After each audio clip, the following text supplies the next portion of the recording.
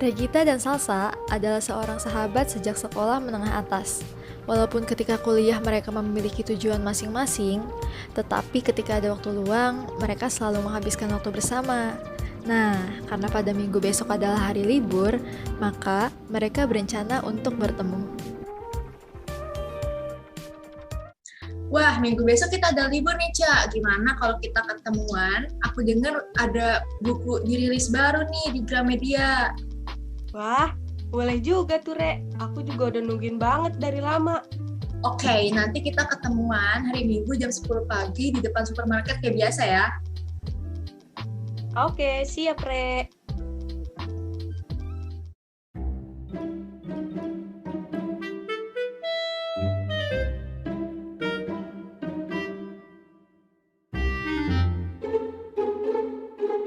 Ya ampun, Caca mana ya?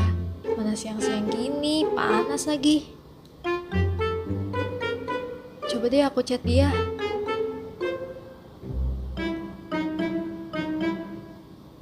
Terkirim sih, tapi kenapa dia nggak baca ya chat aku? Aku telepon deh. Aduh, berdering loh, kenapa dia nggak ngangkat ya? Aku coba lagi deh terus. Aduh, makin siang nih, aku video call aja deh. Nah, akhirnya, Cak. Halo? Loh, Ca, aku udah nungguin kamu dari tadi loh. Kok kamu masih di rumah gitu sih? Aduh, iya nih, Re. Maaf ya, tadi ketiduran. Aku kayaknya lagi nggak enak badan deh. Hah? Kamu kenapa? Kok pucat gitu? Ada bintik-bintik merah juga di wajah kamu. Kamu udah ke dokter belum? Belum sih, Re. Nggak apa-apa kok. Palingan nanti juga sembuh sendiri. Gak. Kamu harus ke dokter sekarang. Aduh, nggak usah deh, Re. Beneran kok. Ini nggak apa-apa. Harus, Ca, pokoknya. Iya deh, oke. Nanti aku ke sana. Ya udah, kamu siap-siap sana. Oke, Re. Udah dulu ya. Iya, nanti aku hubungi kamu lagi ya. Iya, Re. Gimana, Ca, hasilnya? Iya nih, Re. Kata dokter, aku kena varicella atau cacar air. Wah, awalnya aku juga mikir ke arah sana. Terus gimana? Kamu jadi kasih obat? Udah sih, Re. Tapi tadi ada beberapa hal yang masih aku mau tanyain. Tapi aku malah lupa. Kamu tenang aja, Ca. Aku kemarin sempat ada tugas buat video tentang varicella, mulai dari definisi sampai ke tata laksana. Nih, aku kirim ya linknya ke kamu.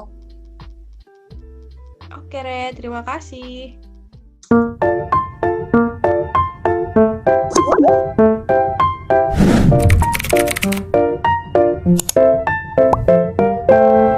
Hai, aku Regita. Di sini aku bakal jelasin mengenai varicella atau cacar air mulai dari definisi sampai nanti ke tata laksana dan juga pencegahan.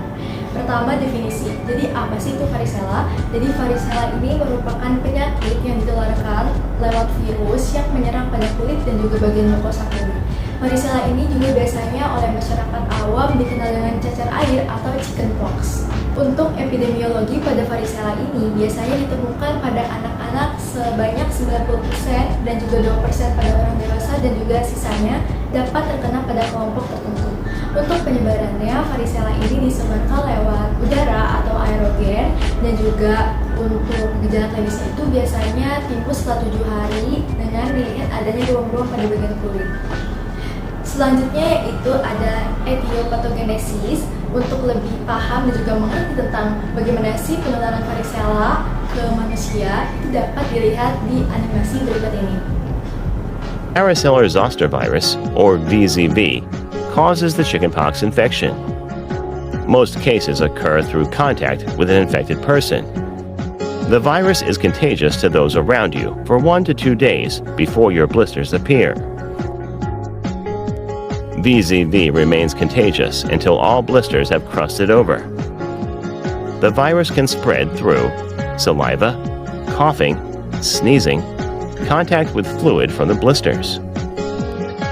Untuk stadium pada varicella itu dibagi menjadi 2 stadium. Yang pertama ada stadium prodromal dan juga yang kedua ada stadium erupsi.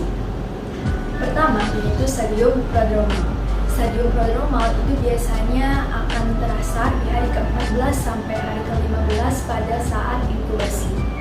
Dan stadium prodromal ini biasanya ditandai dengan adanya ruam dan juga bisa disertai demam yang tidak begitu tinggi dan juga adanya malaise.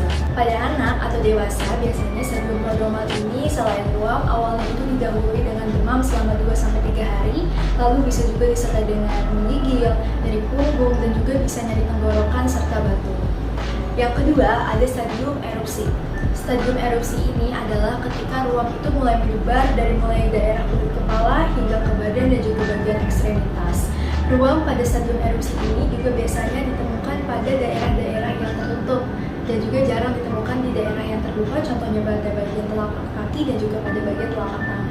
Dan untuk ruam ini bersifat sentrifugal dan untuk jelasnya bisa dilihat pada gambar berikut. Gambaran yang menonjol adalah perubahan yang cepat dari makula kemerahan ke papula, vesikula, pustula, dan akhirnya menjadi krusta. Perubahan ini hanya dapat terjadi dalam kurun waktu 8-12 jam. Gambaran vesikel K superficial, dinding tipis dan terlihat seperti tetesan air, penampang berukuran 2-3 mm berbentuk elips dengan sumbu sejajar garis lipatan kulit. Cairan vesikel pada permulaan jernih dan dengan cepat menjadi keruh akibat serbukan sel radang dan menjadi pustula. Lesi tersebut nanti akan mengering yang dimulai dari bagian tengah dan akhirnya terbentuk krusta. Krusta tersebut akan lepas dalam waktu 1-3 minggu bergantung kepada dalamnya kelainan kulit.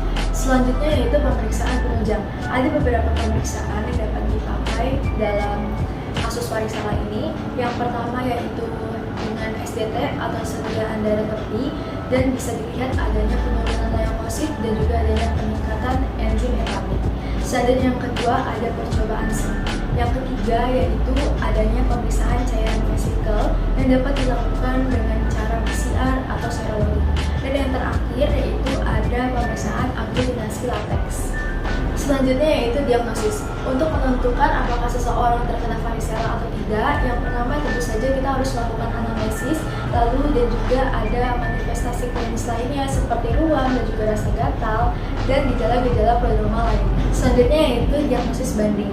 Sebenarnya ada penyakit yang mirip dengan varicella, yaitu namanya variola, tetapi kasus ini sudah langka sekali dan juga sangat jarang ditemukan.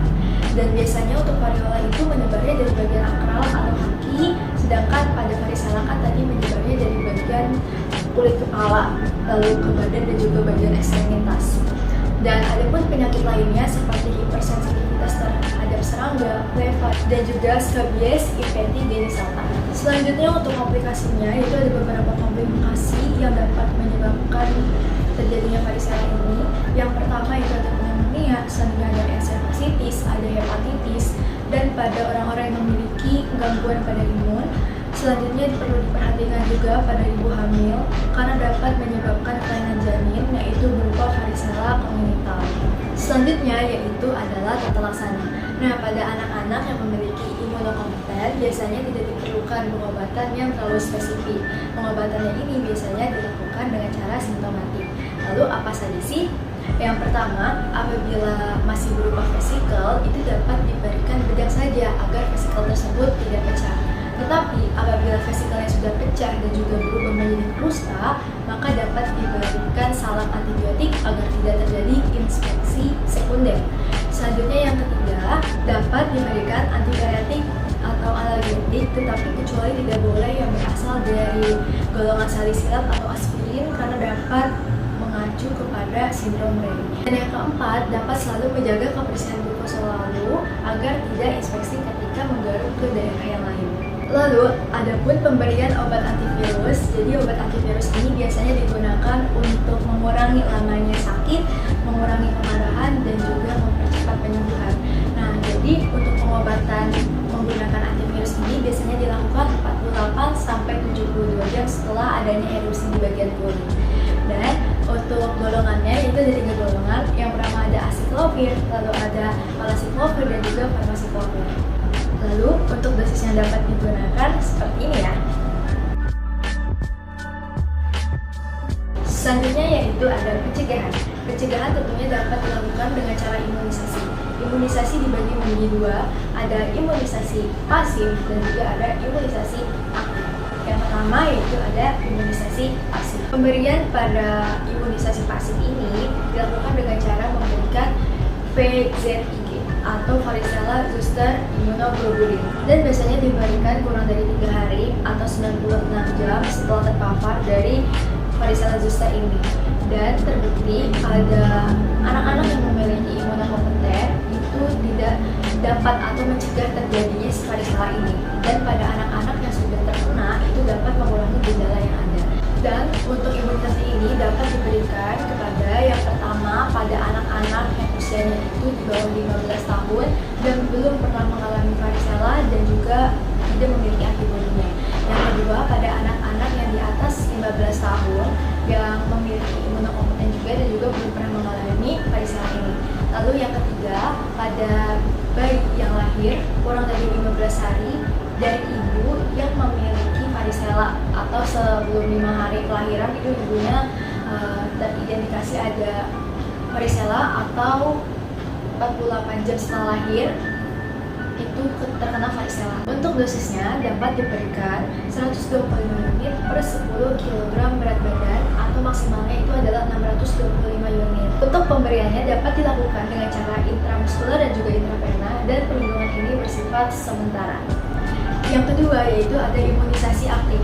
Imunisasi aktif ini dilakukan dengan cara memberikan vaksin virus varicella atau Optestren, dan biasanya pemberian ini direkomendasikan pada anak-anak usia lebih dari 1 tahun. Dan untuk tingkat keefektifannya itu ada di angka 71 sampai 100%. Dan untuk kontraindikasinya dapat dijauhkan atau tidak boleh dilakukan pada ibu yang sedang hamil karena dapat menyebabkan kelainan, yaitu ada varicella congenital.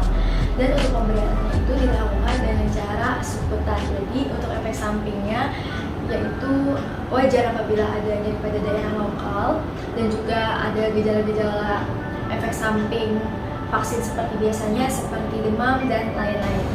Nah, itu dia penjelasan tentang varicella mulai dari definisi dan juga pencegahan serta tata laksana. Jadi kita sudah tahu ya. Sekian yang dapat saya sampaikan. Terima kasih sudah menonton. Wassalamualaikum warahmatullahi wabarakatuh. Gimana? Kamu udah lebih paham belum, Cak? Wah, iya nih, Re. Aku udah mulai paham sekarang. Pantes aku demam, terus menggigil, sakit kepala, mau makan juga susah. Ditambah ada ruam-ruam di tubuh aku. Tapi karena sekarang udah tahu, aku jadi paham apa yang harus aku lakuin ke depannya. Makasih ya, Re. Sama-sama, Cak. Semoga kamu cepat sembuh ya. Oke, terima kasih, Re. Baiklah, itu dia video edukasi mengenai varicella. Saya Regita Demarani pamit undur diri. Apabila ada kesalahan, saya mohon maaf. Wassalamualaikum warahmatullahi wabarakatuh.